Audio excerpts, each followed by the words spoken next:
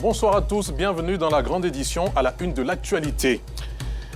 Lopou, ce village du département de Dabou, dans la région des Grands Ponts, habituellement Kiev, vibre depuis quelques années au rythme d'un événement. Le Selou Hamida Festival, c'est une fête qui rassemble les habitants de plus de 30 villages pour la promotion des chants et danses propres à la région. Au Proche-Orient, Emmanuel Macron en faveur de l'arrêt des livraisons d'armes à Israël utilisées à Gaza. Le président français déplore que les lignes ne bougent pas à Gaza. Israël a poursuivi ses bombardements dans le sud de Beyrouth dans la nuit de ce vendredi à samedi.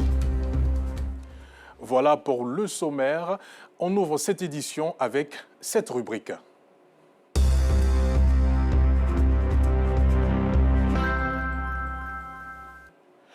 Avec l'escale 225 qui ce soir nous conduit dans le village de Lopou, le chef-lieu de sous-préfecture dans le département de Dabou, région des Grands Ponts. Ce petit coin tranquille connaît depuis un certain temps l'existence d'un festival dénommé Selou Hamida Festival. Il est un prétexte de retour à la poésie mélancolique et élogieux des événements vécus par le peuple Odjukrou, mais aussi un hymne à l'amour, dédicace de certaines femmes à leurs amants. Cet événement qui réunit plus de 30 villages promeut les chants et danses propres aux 10 peuples. Une initiative de Serge Esso, confrère exerçant à Radio Côte d'Ivoire. Un voyage dans lequel vous entraîne notre reporter Théodore Zouzou. Lopou, sous-préfecture du département de Dabou. Ce gros village du chef-lieu de la région des Grands Ponts accueille le Selou Hamida Festival. Un retour dans le passé du peuple Léboutou à travers deux types de chants, le Selou et l'Hamida. Les chants Selou et les chants Hamida sont pratiquement en voie de disparition. Et les jeunes aujourd'hui ne s'intéressent pas véritablement à ces deux types de chants. Et pour nous, il était important de créer une plateforme de promotion et de valorisation de cette pratique musicale en pays Odjukrou pour inciter les jeunes à s'y intéresser. En attraction des jeunes filles et garçons se rapprochant de la maturité, mime la fête de génération, symbole fort, base de la stratification de la société Adjukrou ou Léboutou. Une sorte d'acceptation de cette valeur ultime ou culminante de cette société stratifiée dont la pérennisation est recherchée à travers ce festival.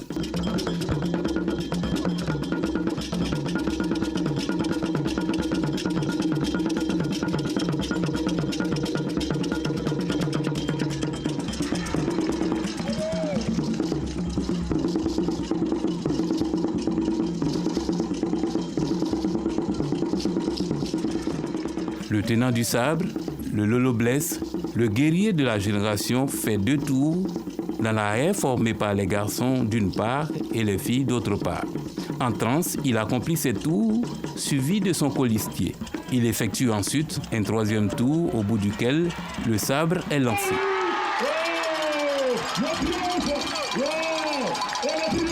Démonstration d'une maturité et que ces jeunes gens peuvent désormais prendre part aux activités de nettoyage et de protection du village. La joie gagne le village et cela occasionne l'exécution d'une danse typiquement de Lopou au rythme du bolo super des Kroumènes du sud-ouest du pays, l'Opandal, dansé uniquement à Lopou.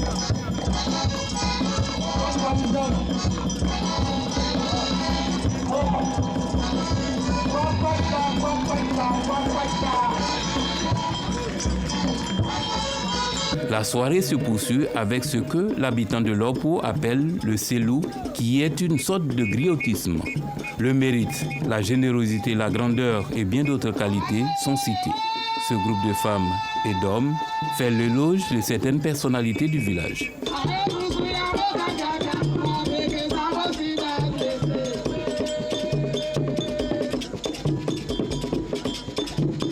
Le peuple Adjukrou incarne des valeurs de courage, des valeurs de solidarité. Et il faut venir à la source pour pouvoir s'imbiber de ces valeurs-là et les mettre en pratique. Je pense que c'est très bien, même si nous allons à l'école, que nous sommes des cadres de ce pays, il faut avoir les pieds dans la tradition, parce que là, c'est notre force, c'est la source de notre puissance. Et j'invite tout un chacun, de temps en temps, à retourner au village pour s'imprégner de nos propres réalités et de vivre nos valeurs. Le gori prend toute la place avec ses danseurs au jeu de reins langoureux. Cette danse, qui rappelle celle de la République démocratique du Congo, est une forme d'Amida, une chanson d'amour que le commissaire général du Selou Amida Festival, Serge Esso, qualifie de Zouk Agyoukrou. Ensuite, des fillettes appelées à être maman dans l'avenir entrent en scène. Elles miment la génération de leurs génitrices à travers des chansons dédiées à leurs fiancés.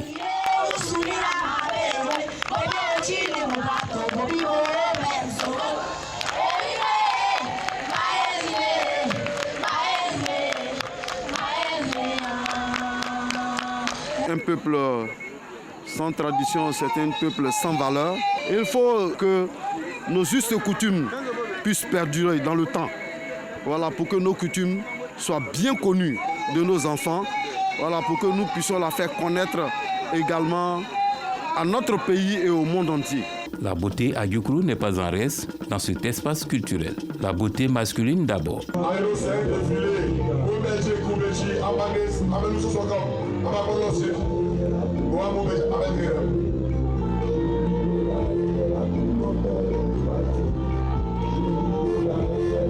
Vraiment, je suis très content. Je ne pensais pas à ça. Dieu m'a fait grâce. Vraiment, je remercie à Serge Esso. L'atmosphère change quand vient le tour de la jante féminine.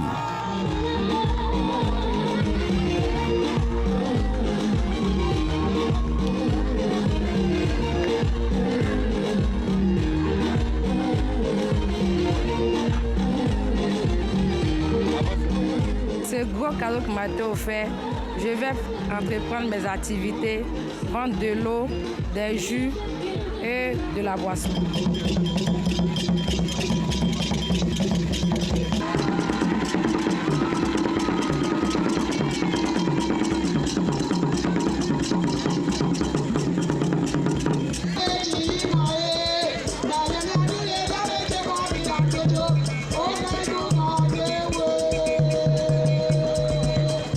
Le Selou Amida Festival est pour le village de Lopou une lucane pour révéler au monde son vaste patrimoine culturel et pour accroître sa visibilité.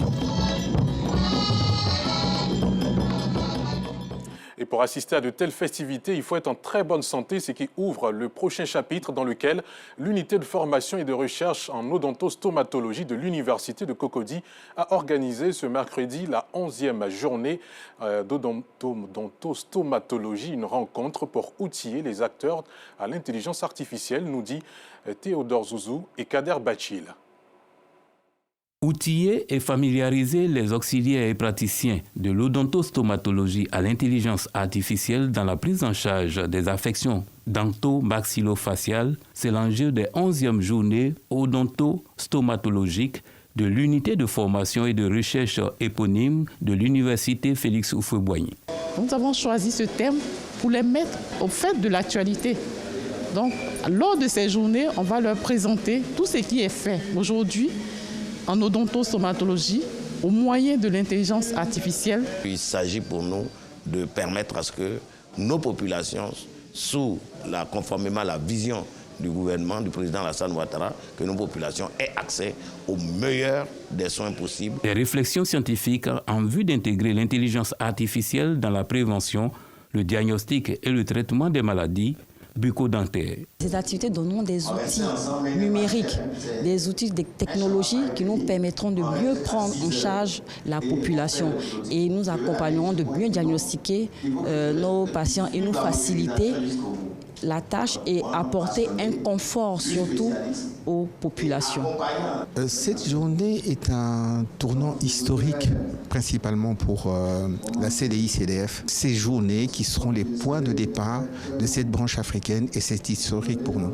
L'initiative conforte la tutelle ministérielle qui prône l'innovation scientifique. Pour nous qui sommes souvent dans des régions où le lieu de soins est loin du lieu d'habitation, c'est des voies qu'on peut utiliser parce que c'est des voies numériques qui permettent donc de pouvoir faire des échanges de données, des échanges de conseils. Enfin, en tout cas, ça contribuera à améliorer la santé bucco-dentaire de la population.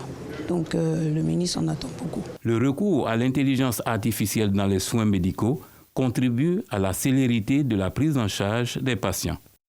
On continue de parler santé, cette fois-ci avec le Rotary Club Abidjan-Akwaba qui a lancé la 6e édition de la campagne Octobre Rose. C'était ce mercredi 2 octobre lors d'une conférence de presse dans la commune de Trècheville. Un rendez-vous qui a enregistré la présence de partenaires nombreux. L'organisation vise à sensibiliser et dépister 10 000 femmes à travers le pays dans le cadre de la lutte contre le cancer du sein. Bienvenue Kwao. Sensibiliser 10 000 femmes au dépistage du cancer du sein à travers une caravane nationale, c'est l'objectif visé par le Rotary Club Abidjan-Akwaba. Au cours d'une conférence de presse dans la commune de Trècheville en cette période d'Octobre Rose. Le Rotary Club Akwaba est à sa 6e édition de lutte acharnée contre le cancer du sein. Cette campagne de route est importante pour sauver la vie de nos mamans, de nos sœurs et de nos filles. Ce sont près de 20 000 personnes qui ont été touchées directement et plus de 10 000 indirectement à travers la campagne de 2019 à 2023. Les partenaires adhèrent à l'initiative. On croit au fait qu'ensemble on va plus loin. On va plus vite seul, mais ensemble on va plus loin. Et le cancer est une maladie chronique, on va dire entre guillemets, dont les répercussions ne sont pas ponctuelles. C'est important pour nous de tenir sur la durée et donc de s'associer avec des partenaires qui ont non seulement l'expérience du terrain, ce qui est le cas de Akwaba. Avec le club Rotary Abidjan-Akwaba, durant 5 années, nous avons collaboré. Cette collaboration a fait des fruits, a impacté l'ensemble des villes et communes pratiquement de Côte d'Ivoire. Ça a impacté au niveau même du ministère de la Santé. Parce que les chiffres obtenus au cours de cette sensibilisation et des dépistages ont démontré qu'avec les associations telles que Rotary, l'État ivoirien peut compter sur ses fils, ses dignes fils et filles pour réduire efficacement le cancer du sein. Octobre Rose est une campagne mondiale dédiée à la sensibilisation et à la collecte de fonds pour la recherche contre le cancer du sein. En 2020, la Côte d'Ivoire a enregistré 3306 nouveaux cas de cancer du sein et 1785 décès. Prévenir cette perte en vie humaine par la sensibilisation et le dépistage demeure la priorité majeure de l'État de Côte d'Ivoire. Ce samedi 5 octobre, le monde entier rend hommage aux enseignants. Dans certains établissements scolaires, dans la commune d'Abobo, les élèves se réjouissent de cette célébration et sont reconnaissants aux efforts de ceux-ci, tandis que des enseignants se disent conscients des défis à relever. Bienvenue Kwao, Théodore Zouzou.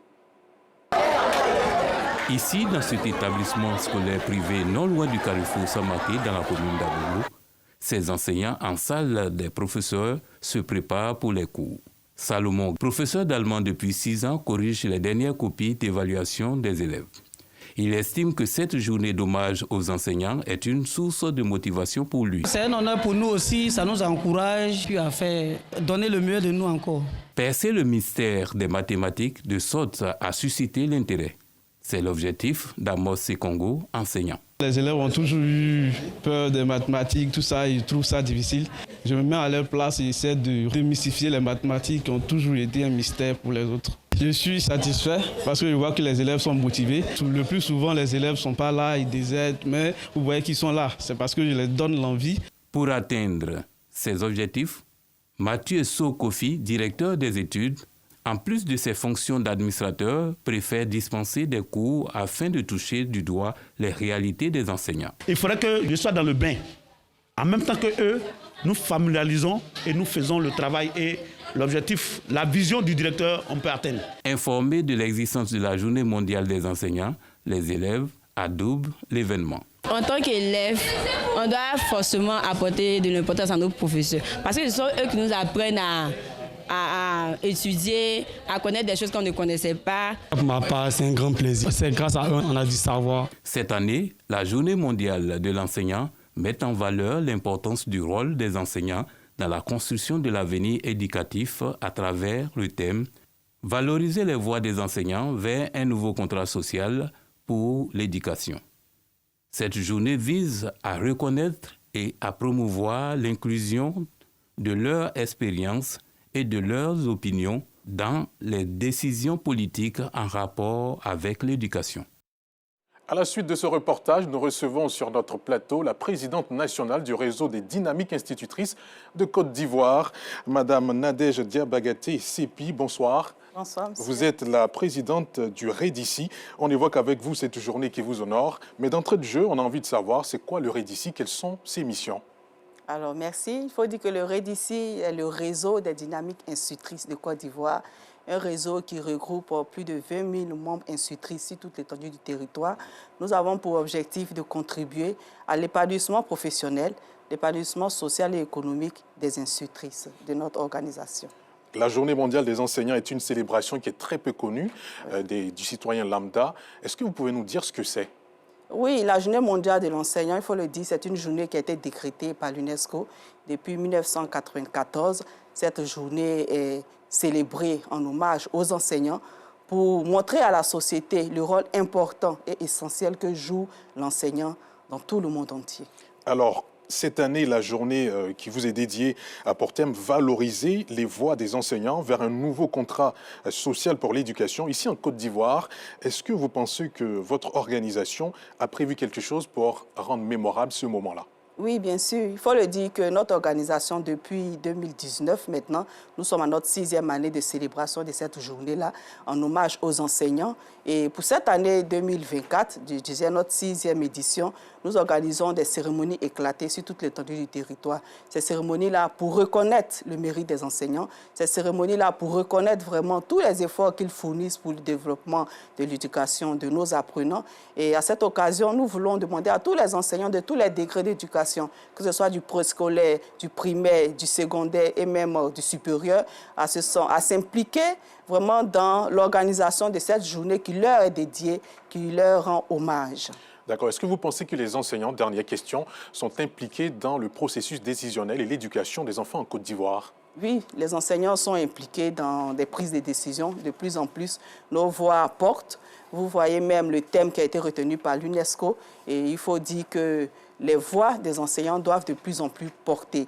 Vous me permettez vraiment de terminer mon intervention sur cette citation du professeur Vali Sidibé qui disait « Il faut rétablir l'autorité du maître, car un maître est un maître, même s'il n'a pas la taille d'un maître. » Merci infiniment, Madame Nadège Diabagaté Sépi. Je rappelle que vous êtes la présidente du réseau national des dynamiques institutrices de Côte d'Ivoire. Merci d'être passée sur notre plateau et excellente célébration de cette journée qui vous honore. Merci. Alors, hors de nos frontières, le conflit au Proche-Orient, Emmanuel Macron en faveur de l'arrêt des livraisons d'armes en Israël utilisées à Gaza. Le président français s'est prononcé samedi pour l'arrêt de livraison d'armes en Israël qui sont utilisées dans le conflit à Gaza. Le président français a déploré que les lignes ne bougent pas à Gaza malgré tous les efforts diplomatiques conduits pour obtenir le cessez-le-feu, notamment avec Israël. Israël a poursuivi les bombardements dans le sud de Beyrouth dans la nuit de vendredi à samedi 5 octobre. De leur côté, les troupes de mouvement chiite libanais Hezbollah affirment affronter l'armée israélienne à la frontière dans le sud du pays. Et puis, les bombardements aériens israéliens sur le Liban se poursuivent et s'intensifient dans de nombreuses villes du pays. Ce jeudi au matin, le pont névralgique du poste frontière de Masna entre le Liban et la Syrie a été frappé à 3 reprises, entraînant la fermeture de cette route vitale, notamment pour les réfugiés. Plus de 200 000 personnes ont quitté ce dernier jour le Liban pour ce point de passage. Les civils qui restent se trouvent coincés et craignent de nouvelles attaques sur cette zone censée être sécurisée. Et c'est la fin de ce journal. Merci infiniment de l'avoir suivi. Il a été réalisé par l'ensemble de l'équipe de rédaction et la technique. Bonne soirée sur RTI2.